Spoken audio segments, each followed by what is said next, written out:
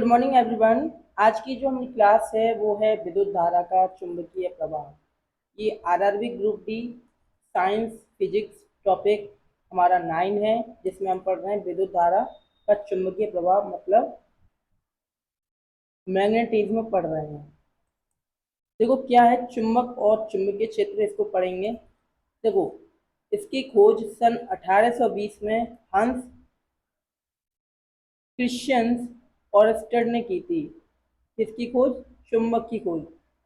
तो इन्होंने 1820 में क्या पता लगाया? इन्होंने पता लगाया कि जब किसी चालक तार क्या होता है? जैसे कॉपर का तार।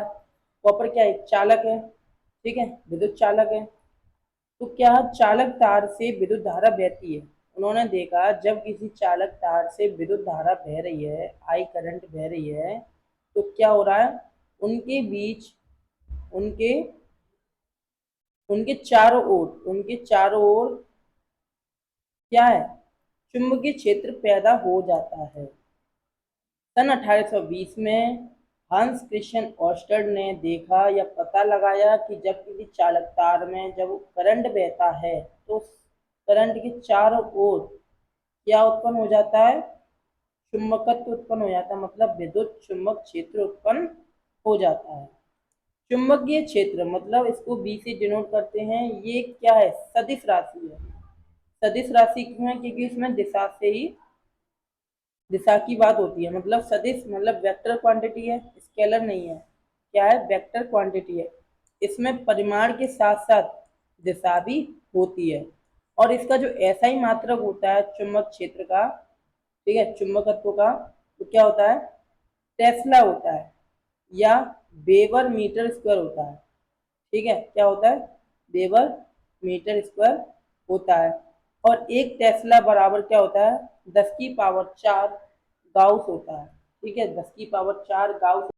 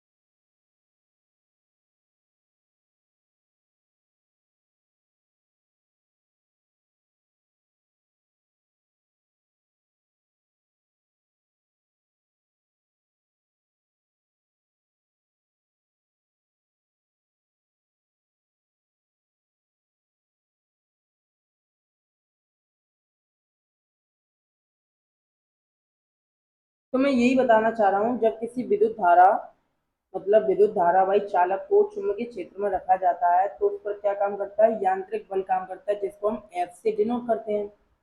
और एफ एफ मतलब यांत्रिक बल जो कार्य कर रहा है वो बी आई और एल इंटू साइन थीटा के बराबर होगा। मतलब जहाँ चुंबकीय बल होगा वो न्यूटन में होगा, और जो चुंबकीय क्षेत्र होगा वो तीव्रता मतलब टेस्ला में होगा, और आई जो है एम्पियर में होगा, और चालक की जो लंबाई होगी वो एल होगी। साइन थीटा उसके बीच का कोण होगा, मतलब चुंबकीय क्षेत्र और धारा के बीच का कोण होगा। तो देखो, चुंबकीय क्षेत्र में किसी चालक पर जो बल काम करता है तो उसको यांत्रिक बल कहते हैं। तो वो एफ बराबर होता है आई बी एल साइन थीटा, जहाँ एल होती है क्या, एल होती है चालक की लंबाई मतलब तार की लंबाई मीटर में। और चुंबकीय क्षेत्र की दिशा के बीच का कोण लंबवत होता है। जब धारा और चुंबकीय क्षेत्र के बीच की दिशा के बीच का कोण 90 डिग्री मतलब लंबवत हो तो जो सूत्र निकलता है वो क्या निकलता है, एफ बराबर बी आई एल कह लो या आई बी एल कह लो इंटू साइन थीटा। ठीक है, तो आई होप आप समझ चुके हैं।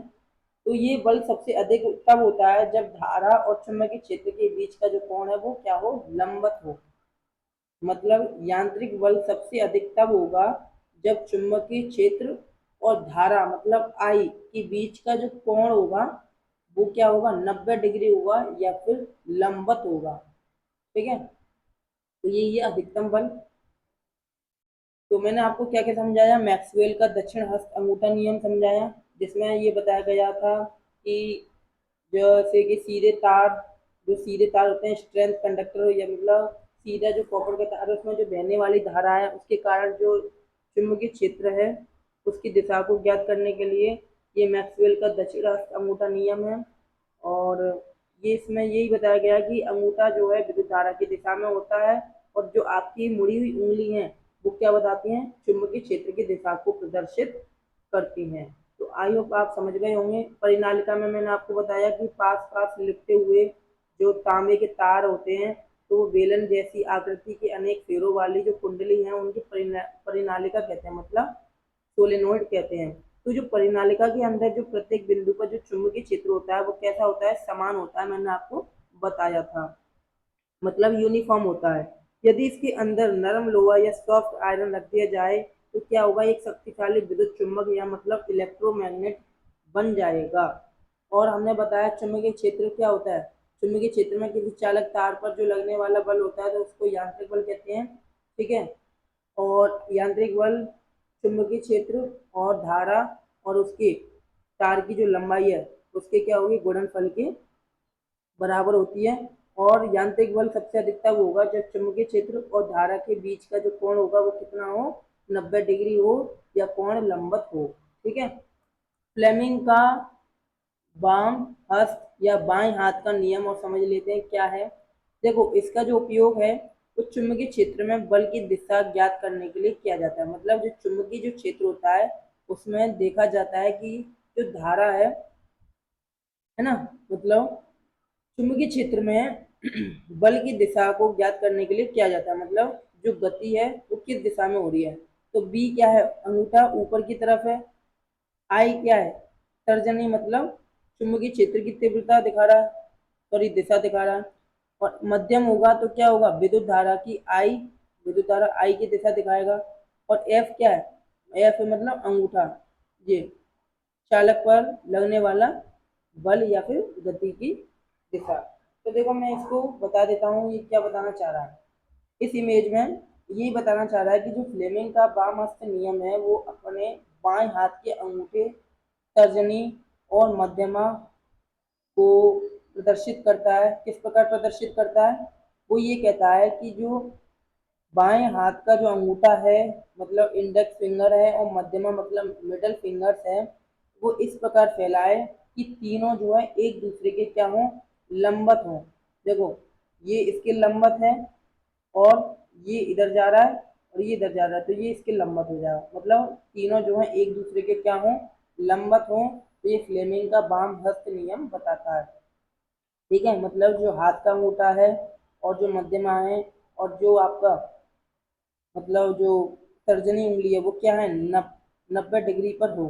ठीक है, तो जो तर्जनी तर्जनी उंगली है, मतलब जो चुंबकीय क्षेत्र दिखा रहा है, ये वाला तर्जनी उंगली, ठीक है, तर्जनी उंगली वो क्या दिखाता है, वो दिखाता है चुंबकीय क्षेत्र, चुंबकीय क्षेत्र की दिशा, मतलब V को प्रदर्शित करता है।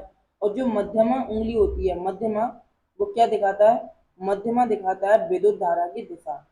क्या दिखाता है, विद्युत धारा की दिशा। तो विद्युत धारा देखो, विद्युत धारा ऐसे, और जो अंगूठा है वो चुंबकीय क्षेत्र की दिशा दिखाता है, और तर्जनी उंगली और मध्यमा उंगली विद्युत धारा की दिशा को दिखाता है। और F दिखाता है चालक पर लगने वाला बल, ठीक है, चालक पर लगने वाला बल या फिर गति की दिशा दिखाता है कौन, अंगूठा। और मध्यमा दिखाता है विद्युत धारा की दिशा, और तर्जनी दिखाता है चुंबकीय क्षेत्र की दिशा। तो इसका प्रयोग विद्युत मोटर में होता है, जो कि विद्युत ऊर्जा को किसमें बदलता है, वो यांत्रिक ऊर्जा में बदलता है, ठीक है। तो फ्लेमिंग का जो वाम हस्त नियम है वो यही है कि जब अपनी उंगली को ऊपर से नीचे की ओर नाम देते हैं क्या, एफ, सॉरी, नीचे से एफ, आई, और एक मिनट, एफ बी आई, क्या देते हैं, FBI। एफ मतलब बल हो गया, तो ये तो आपका अंगूठा है, ठीक है, ये आपका अंगूठा है। और ये आपका अंगूठा हो गया। और बी क्या है, बी हो गया आपका चुंबकीय क्षेत्र, मतलब मैग्नेटिक फील्ड, जो कि आपकी तर्जनी उंगली मतलब पहली उंगली प्रदर्शित कर रहा है। तो आप समझ रहे हैं कि जो अंगूठा है वो किसकी ओर इशारा कर रहा है, वो कर रहा है बल की तरफ। और ये जो तर्जनी उंगली है वो कर रहा है चुंबकीय क्षेत्र की तरफ। और जो मध्यमा उंगली है, मध्यमा उंगली, वो किसकी ओर प्रदर्शित कर रहा है, वो प्रदर्शित कर रहा है करंट की तरफ, मतलब विद्युत धारा की तरफ। मतलब जो आपकी मध्यमा उंगली है वो कहाँ प्रदर्शित कर रही है, किस दिशा को प्रदर्शित कर रही है, विद्युत धारा की दिशा को प्रदर्शित कर रही है। ये नियम किसी तार में बिजली बह रही हो या उसके किसी चुंबक के बीच रख दिया जाए, तब उस पर तार एक धक्का या बल लगाता है, तो ये उसको ही बताने का प्रयास कर रहा है कि ये जानने के लिए कि तार किस तरफ घूमेगा या हिलेगा, ठीक है। तो इस नियम का उपयोग इसलिए किया जाता है, और इस सिद्धांत पर आपके घर का जो पंखा है या मिक्सर है या मोटर है वो काम करती है, ठीक है। मतलब यदि चुंबकीय क्षेत्र इस दिशा में जा रहा होगा तो करंट इस दिशा में बह रहा होगा, और जो बल लगेगा वो अंगूठा मतलब सामने की दिशा में लगेगा। मतलब जो बाएं हाथ का जो तर्जनी उंगली है वो अंगूठे के पास होती है, और अंगूठे के पास होती है तो वो सामने की तरफ दीवार की ओर इशारा कर देती है। जब अपनी मध्यमा उंगली को अंदर की तरफ मोड़ते हैं, यानी सीधे हाथ की तरफ इशारा करते हैं, तो अपने अंगूठे पर बिल्कुल सीधा ऊपर की तरफ खड़ा कर लेते हैं। तो ये तीनों उंगली आपस में क्या होती है, 90 डिग्री का कोण बनाती हैं, ठीक वैसे ही जैसे किसी कमरे का कोना होता है, ठीक है। तो उंगलियों का क्या मतलब है, और इस नियम को मैंने आपको बता दिया है कि जो पहली उंगली मतलब तर्जनी उंगली है वो क्या बताता है, चुंबकीय क्षेत्र बताता है, ये वाला। और जो बीच की उंगली होती है, ये वाली मध्यमा उंगली, वो क्या बताता है, वो बताता है करंट को, मतलब आई को। और जो अंगूठा होता है वो बताता है क्या, बल को, ठीक है। आई होप आप समझ गए हैं।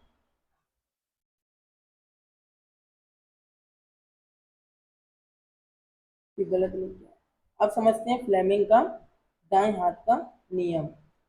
उपयोग देखो, प्रेरित विद्युत धारा की दिशा ज्ञात करने के लिए किया जाता है। जो दाएं हाथ का नियम है वो विद्युत धारा की दिशा को ज्ञात करने के लिए किया जाता है, और जो बाएं हाथ का नियम है वो चुंबकीय क्षेत्र की, चुंबकीय क्षेत्र में जो बल है उसकी दिशा को ज्ञात करने के लिए किया जाता है। तो बाएं मतलब बल, दाएं मतलब धारा। आई होप आप समझ पा रहे हैं। तो देखो, जो इसमें बताया गया है, दाएं हाथ का जो नियम है वो क्या बता रहा है, दाएं हाथ की जो तीन उंगली होती हैं, तीन उंगली,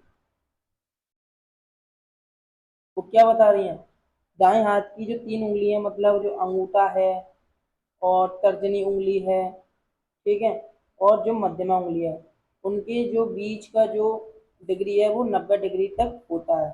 मतलब दाएं हाथ में भी वही लागू होता है, जैसे कि मैंने आपको बताया अंगूठा बल को दिखाता है और तर्जनी उंगली चुंबकीय क्षेत्र को, मध्यमा उंगली करंट को। ठीक है। और उसी प्रकार दाएं हाथ में भी जो तर्जनी उंगली है वो चुंबकीय क्षेत्र की दिशा को दिखाता है, मतलब नॉर्थ से साउथ की तरफ, और मध्यमा उंगली जो है करंट को दिखाता है, और जो अंगूठा है वो एफ को दिखाता है, मतलब एफ बी आई। अंगूठा एफ, तर्जनी उंगली चुंबकीय क्षेत्र, आई मध्यमा उंगली। इस इसमें भी यही नियम चलता है, F B I, A B I. ठीक है। मतलब फोर्स, विद्युत चुम्बकीय क्षेत्र और धारा क्या होते हैं, तीनों 90 डिग्री के कोण पर होती हैं, और ये सभी दिशा को प्रदर्शित करती हैं। अंगूठा करता है किसको प्रदर्शित, अंगूठा करता है विद्युत मतलब बल को, और बी मतलब तर्जनी उंगली करता है किसको प्रदर्शित करता है, चुंबकीय क्षेत्र को, और मध्यमा उंगली करंट को प्रदर्शित करता है। ऐसे ही दाएं में और ऐसे ही बाएं में। लेकिन डिफरेंस क्या है, जो दाएं हाथ का नियम है वो किस में यूज होता है, वो विद्युत धारा की दिशा को ज्ञात करने के लिए किया जाता है, और जो बाएं हाथ का नियम है वो चुंबकीय क्षेत्र में जो बल है या फिर फोर्स है उसकी दिशा को ज्ञात करने के लिए किया जाता है। विद्युत चुम्बकीय प्रेरण मतलब इलेक्ट्रोमैग्नेटिक इंडक्शन, ईएमआई। खोजकर्ता कौन है, इलेक्ट्रोमैग्नेटिक इंडक्शन के माइकल फैराडे। इन्होंने क्या सिद्धांत दिया, जब किसी कुंडली में या किसी कॉइल में और चुंबक के बीच सापेक्ष गति होती है तो कुंडली के चुंबकीय फ्लक्स में परिवर्तन होता है, जिससे क्या कहते हैं, जिससे कुंडली में एक विभवांतर और प्रेरित धारा उत्पन्न होती है, और इसी परिघटना को विद्युत चुम्बकीय प्रेरण कहा जाता है। मतलब विद्युत चुम्बकीय जो प्रेरण है वह एक ऐसी भौतिक घटना होती है या परिघटना है जिसमें किसी बदलते हुए चुम्बकीय क्षेत्र मतलब चेंजिंग मैग्नेटिक फील्ड के कारण क्या हो, किसी चालक या तार में जो कुंडली है ना, उसमें विद्युत धारा उत्पन्न हो जाती है। या सरल शब्दों में मैं कहूँ कि चुंबक की मदद से बिजली बनाने की प्रक्रिया को ही विद्युत चुम्बकीय प्रेरण या माइकल फैराडे ने ये जो नियम दिया था विद्युत चुम्बकीय प्रेरण, वो इसी को ही समझा रहा। तो ये 1831 में दिया गया था माइकल फैराडे ने। ठीक है। तो इसमें यही बताया जा रहा है कि यदि आप एक बार चुंबक को लें और उसे तेजी से उस कुंडली के अंदर और बाहर गति कराएं तो आप क्या देखेंगे, जब एक चुंबक हिल रहा है तब उस पर तार के अंदर अपने आप बिजली बहने लगती है। जैसे ही आप चुंबक को हिलाना बंद कर देंगे तो क्या होगा, बिजली का बहना भी बंद हो जाएगा। मतलब यहाँ जो चुंबक है वो चुंबक हिलने से क्या हो रहा है, तार के पास चुंबकीय क्षेत्र बदलता है, जिससे तार कि जो इलेक्ट्रॉनों को धक्का मिलता है, और धक्का मिलता है तो क्या होता है, जब इलेक्ट्रॉन, मैंने आपको बताया था आई क्या होता है, आई बराबर क्यू अपन टी। मतलब एकांक समय में धारा के प्रवाह को क्या कहते हैं, सॉरी आवेश के प्रवाह को क्या कहते हैं, धारा कहते हैं। तो यही मैं आपको समझाना चाह रहा हूँ, जब चुंबक को आगे पीछे ले जाया जा रहा है, कुंडली के तार की आगे पीछे ले जाया जा रहा है, तो क्या हो रहा है, इस तरह से जो चुंबक है तो चुंबकीय क्षेत्र बदल रहा है, और चुंबकीय क्षेत्र बदल रहा है तो जो तार में जो इलेक्ट्रॉन है वो आगे पीछे हो रहे हैं, मतलब वो बह रहे हैं, प्रवाह हो रहा है उनका, और प्रवाह हो रहा था मतलब धारा, धारा मतलब करंट जो उत्पन्न हो रहा है। तो इस प्रकार जो पैदा हुई धारा को क्या कहा जाता है, प्रेरित धारा, मतलब इंड्यूस्ड करंट या फिर प्रेरित विद्युत धारा कहा जाता है। और फैराडे के विद्युत चुम्बकीय प्रेरण के नियम में प्रथम जो नियम है, जब किसी कुंडली बंद कुंडली में गुजरने वाला जो चुंबकीय फ्लक्स है उसमें जब बदलाव होता है तो क्या होता है, तो उसमें एक विद्युत वाहक बल मतलब इलेक्ट्रोमैग्नेटिक फील्ड क्या होता है, उत्पन्न होता है। ठीक है, प्रेरित होता है, जिससे धारा बहने लगती है। तो आई होप आप समझ पा रहे हैं। और जो द्वितीय नियम था, ठीक है, जो दूसरा नियम है वो क्या बताता है, दूसरा नियम जो बताता है वो बताता है minus D phi upon D T. क्या बताता है, minus D phi upon D T. मतलब यहाँ क्या है द्वितीय नियम में, जब कुंडली में उत्पन्न होने वाले किसी वोल्टेज मतलब इलेक्ट्रोमैग्नेटिक फील्ड का मान इस पर निर्भर करता है कि वह कितनी तेजी से चुंबकीय क्षेत्र बदला जा रहा है, मतलब चुंबक आगे पीछे हिलाया जा रहा है, तो ये इस पर निर्भर करता है इलेक्ट्रोमैग्नेटिक फील्ड का मान। ठीक है, तो यही मैं आपको बता रहा हूँ कि इलेक्ट्रोमैग्नेटिक फील्ड मतलब प्रेरित इलेक्ट्रोमैग्नेटिक फील्ड का जो व्यंजक है वो माइनस एन, मतलब कुंडली में जो तार की संख्या है एन, और डी फाइव मतलब चुंबकीय फ्लक्स, और बट्टे डी टी। तो यहाँ ई क्या है, यहाँ ई है वोल्टेज, चुंबकीय फ्लक्स क्या है फाई, और जो ऋणात्मक चिन्ह है वो क्या है, लेंज के नियम को दर्शाता है, मतलब दर्शाता है। और धारा हमेशा उस कारण का विरोध करती है जिससे वहां वो पैदा हुई है। तो यही मैं बता रहा हूँ कि प्रेरित विद्युत धारा की जो दिशा है वो फ्लेमिंग के दाहिने हाथ के नियम से ज्ञात होता है। ठीक है, एफ बी आई जो हमने अभी पढ़ा है, अंगूठा बल दिखाता है, तर्जनी उंगली चुंबकीय क्षेत्र की दिशा, आई जो है मध्यमा उंगली दिखाती है। तो आई होप समझ गए होंगे। तो क्या होता है इसमें, मैंने यही बताया कि विद्युत चुम्बकीय प्रेरण कैसे उत्पन्न की जाती है, और फिर इलेक्ट्रोमैग्नेटिक फील्ड का मान जो है किस पर निर्भर करता है, उसके जो है उस पर निर्भर करता है। ठीक है, तो चुंबकीय फ्लक्स में जो बदलाव होता है तो उसमें क्या होता है, इलेक्ट्रोमैग्नेटिक फील्ड उत्पन्न होती है जिससे धारा बहने लगती है। और जितनी तेजी से अगर आप चुंबकीय क्षेत्र बदलोगे तो उतना ही क्या होगा, इलेक्ट्रोमैग्नेटिक का मान भी बदलेगा। मतलब इलेक्ट्रोमैग्नेटिक फील्ड मतलब जो वोल्टेज है उसका मान किस पर निर्भर कर रहा है, वो चुंबकीय क्षेत्र की तेजी से बदलने वाली जो स्पीड है उस पर निर्भर कर रहा है, मतलब चुंबकीय क्षेत्र पर निर्भर कर रहा है। अच्छा, घरेलू विद्युत परिपथ मतलब डोमेस्टिक इलेक्ट्रिक सर्किट में क्या है, देखो हमारे घरों में जो बिजली की आपूर्ति है वो 220 वोल्ट में होती है, विभवांतर 50 हर्ट्ज में होता है, आवृत्ति जो है सॉरी 220 वोल्ट विभवांतर और 50 हर्ट्ज आवृत्ति की प्रत्यावर्ती धारा के रूप में होती है, जो हमारा घर में जो यूज होता है। ठीक है, डोमेस्टिक इलेक्ट्रिक सर्किट में वो क्या होता है, जो विभवांतर होता है वो 220 में होता है और जो आवृत्ति फ्रीक्वेंसी होता है वो 50 हर्ट्ज में होता है। तारों के रंग मतलब परीक्षा में सीधे आते हैं कि विद्युत विद्युत माने मतलब लाइव वायर गर्म तार लाल कलर का होता है, और न्यूट्रल वायर मतलब ठंडा तार काला होता है, और भू संपर्क तार मतलब जो अर्थ वायर होता है वो हरा रंग का होता है। ठीक है, जैसा कि इसमें दिखाया गया है। न्यूट्रल न्यूट्रल कैसा होता है, न्यूट्रल होता है ब्लैक, ग्रीन होता है अर्थ, और एल होता है मतलब लाइव मतलब गर्म तार। ठीक है, ओवरलोड लघु पतन मतलब शॉर्ट सर्किट, तो क्या है जब मतलब एल लाइव तार मतलब जिसमें करंट बहती है, तो न्यूटन तार सीधे संपर्क में आ जाते हैं तो परिपथ का जो प्रतिरोध है वो शून्य हो जाता है और अत्यधिक धारा बहने लगती है, जिससे क्या होता है शॉर्ट सर्किट कहते हैं। इससे अत्यधिक गर्मी उत्पन्न होकर आग लग सकती है। सुरक्षा के लिए फ्यूज या एमसीबी का उपयोग किया जाता है।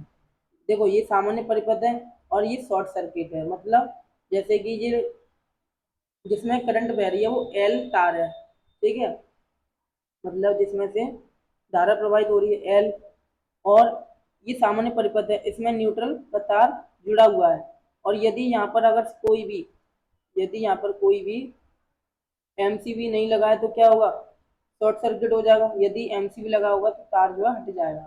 ठीक है, मतलब हीट होकर क्या हो जाएगा, उसके जो विद्युत धारा है वो प्रवाह होने से रोक देगा, जिससे आगे शॉर्ट सर्किट नहीं होगा। ठीक है, तो ये समझ पा रहे हैं आप। ठीक है, तो यही हमारी क्लास समाप्त होती है। एफ बराबर आई बी एल साइन थीटा, ये फॉर्मूला आप याद कर लेना। तो आपको मैं दो तीन फॉर्मूले बता देता हूँ जो कि इसमें दिए गए हैं, बताए गए हैं, और आपको एग्जाम में भी हेल्प होगी। तो क्या होगी, देखो इसमें मैंने बताया था कि जो प्रेरित वोल्टेज होता है उसको निकालने के लिए एक सबसे फंडामेंटल फॉर्मूला होता है, वो होता है पाई बराबर बी इंटू ए कॉस थीटा। ठीक है, एक तो ये फॉर्मूला आप याद कर लेना, पाई बराबर बी ए कॉस थीटा, और दूसरा होता है ई मतलब इलेक्ट्रोमैग्नेटिक फील्ड का व्यंजक minus N D phi upon D T, मतलब एन क्या है, कुंडली में फेरों की संख्या, D phi upon D T क्या है, फ्लक्स में जो परिवर्तन की दर है वो D phi upon D T है। और यहाँ जो माइनस का चिन्ह है वो लेंज का नियम है, तो एक ये नियम और एक ये नियम आपको याद कर लेना है।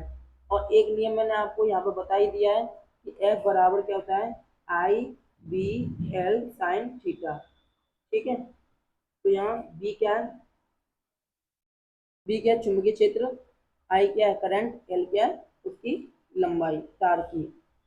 ठीक है, और इसका प्रयोग कर सकते हैं।